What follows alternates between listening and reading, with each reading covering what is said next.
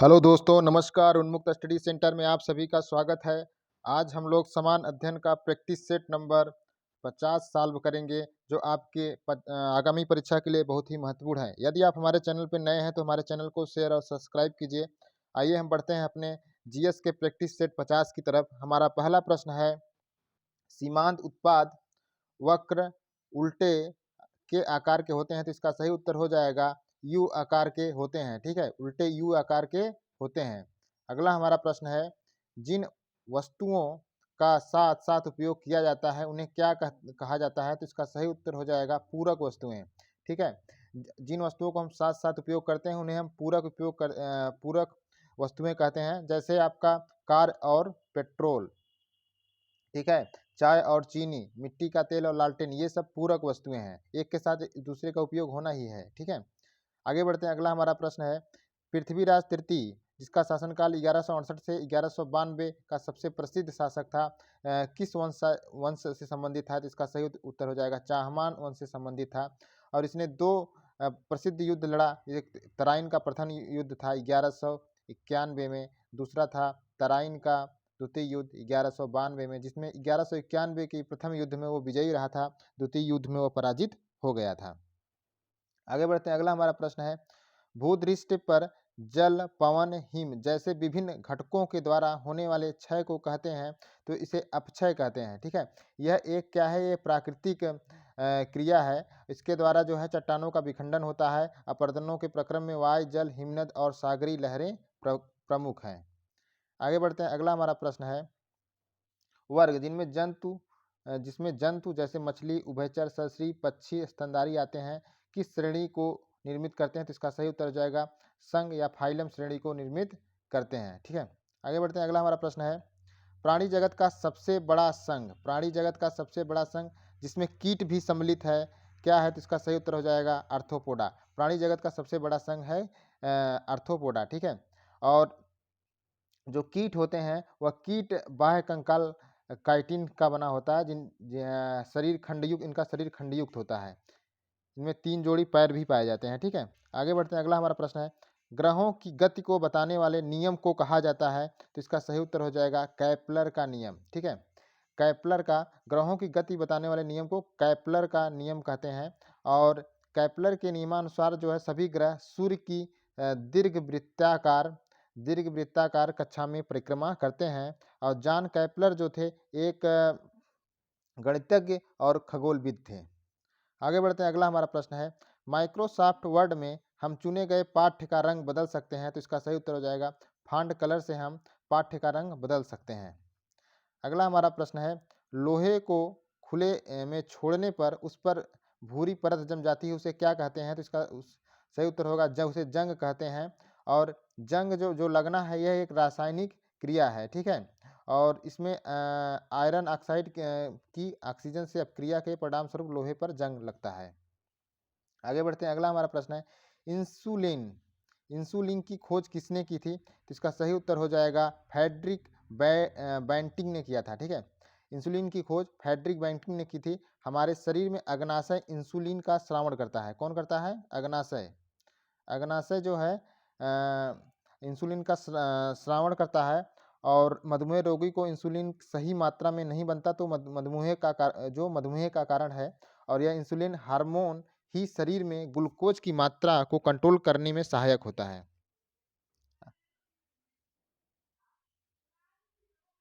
अगला हमारा प्रश्न है, धमेक स्तूप का निर्माण किसने किया था, जिसका सही उत्तर हो जाएगा अशोक ने किया था।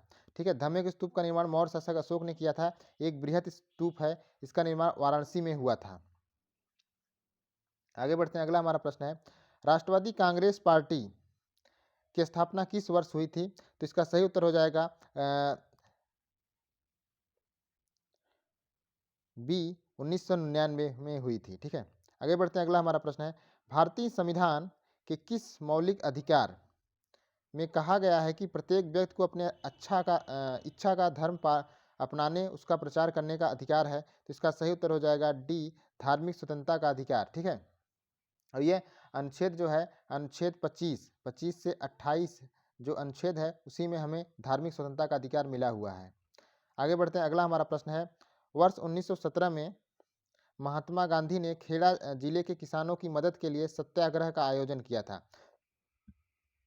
तो ये इसका जो गुजरात में था, ठीक है, खेड़ा जो आपका गुजरात में है, वहाँ किसानों की मदद के लिए सत्याग्रह का आयोजन किया गया था और किसानों ने बढ़े हुए लगान के विरुद्ध आंदोलन किया था, ठीक है। आगे बढ़ते हैं, अगला हमारा प्रश्न है, आधुनिक आंध्र प्रदेश में काकतीय वंश की किस रानी ने वारंगल क्षेत्र पर शासन किया? तो इसका सही उत्तर हो जाएगा रुद्रमा देवी ने, ठीक है। और आधुनिक आंध्र प्रदेश में काकतीय वंश की रानी जो थी, ये इनका समय जो था 13वीं शताब्दी था और इन्होंने वारंगल क्षेत्र पर शासन किया था। वह गणपति की पुत्री थी। किसकी पुत्री थी? गणपति की पुत्री थी। गणपति की पुत्री थी ये। आगे बढ़ते हैं, अगला हमारा प्रश्न है, मनुष्य की शरीर की सबसे लंबी हड्डी कौन सी होती है? तो इसका सही उत्तर हो जाएगा फीमर होती है, ठीक है। फीमर जो होती हड्डी होती है, मनुष्य के शरीर की सबसे लंबी हड्डी होती है और यह जांग में पाई जाती है। शरीर में पाई जाने वाली सबसे छोटी हड्डी जो होती है वह स्टेपिस होती है। क्या होती है? वह स्टेपिस होती है, जो कान में पाई जाती है। ये कान में पाई जाती है और ये जांग में पाई जाती है। आगे बढ़ते हैं, अगला हमारा प्रश्न है, दर्पण जैसे चिकने पृष्ठ पर होने वाले परावर्तन डॉट डॉट डॉट परावर्तन कहते हैं। तो इसका सही उत्तर हो जाएगा नियमित, ठीक है। दर्पण जैसे चिकने पृष्ठ से होने वाले परावर्तन को नियमित परावर्तन कहते हैं। अगला हमारा प्रश्न है, प्रतिरोध को मापने की इकाई, प्रतिरोध को मापने की इकाई क्या है? तो इसका सही उत्तर हो जाएगा ओम। जो आपका ओम है प्रतिरोध को मापने की इकाई है, ठीक है। अगला हमारा प्रश्न है, पीईटी पेट एक बहुत सुपरिचित प्रकार का है, इसका उपयोग बोतल बनाने के लिए किया जाता है। तो इसका सही उत्तर हो जाएगा सी, पॉलीएस्टर है, ठीक है। इसका उपयोग बोतल बनाने के लिए किया जाता है, पॉलीएस्टर का। आगे बढ़ते हैं, अगला हमारा प्रश्न है, निम्नलिखित में से कौन सी गैस ऑक्सीजन से भारी होती है? कार्बन डाइऑक्साइड जो है, कार्बन डाइऑक्साइड जो होती है ऑक्सीजन से भारी होती है। अगला हमारा प्रश्न है, भारत में वायु प्रदूषण निरोध नियंत्रण अधिनियम 1981 में लागू हुआ, जिसमें डॉट डॉट डॉट में संशोधन कर शोर को वायु प्रदूषण के रूप में सम्मिलित किया गया।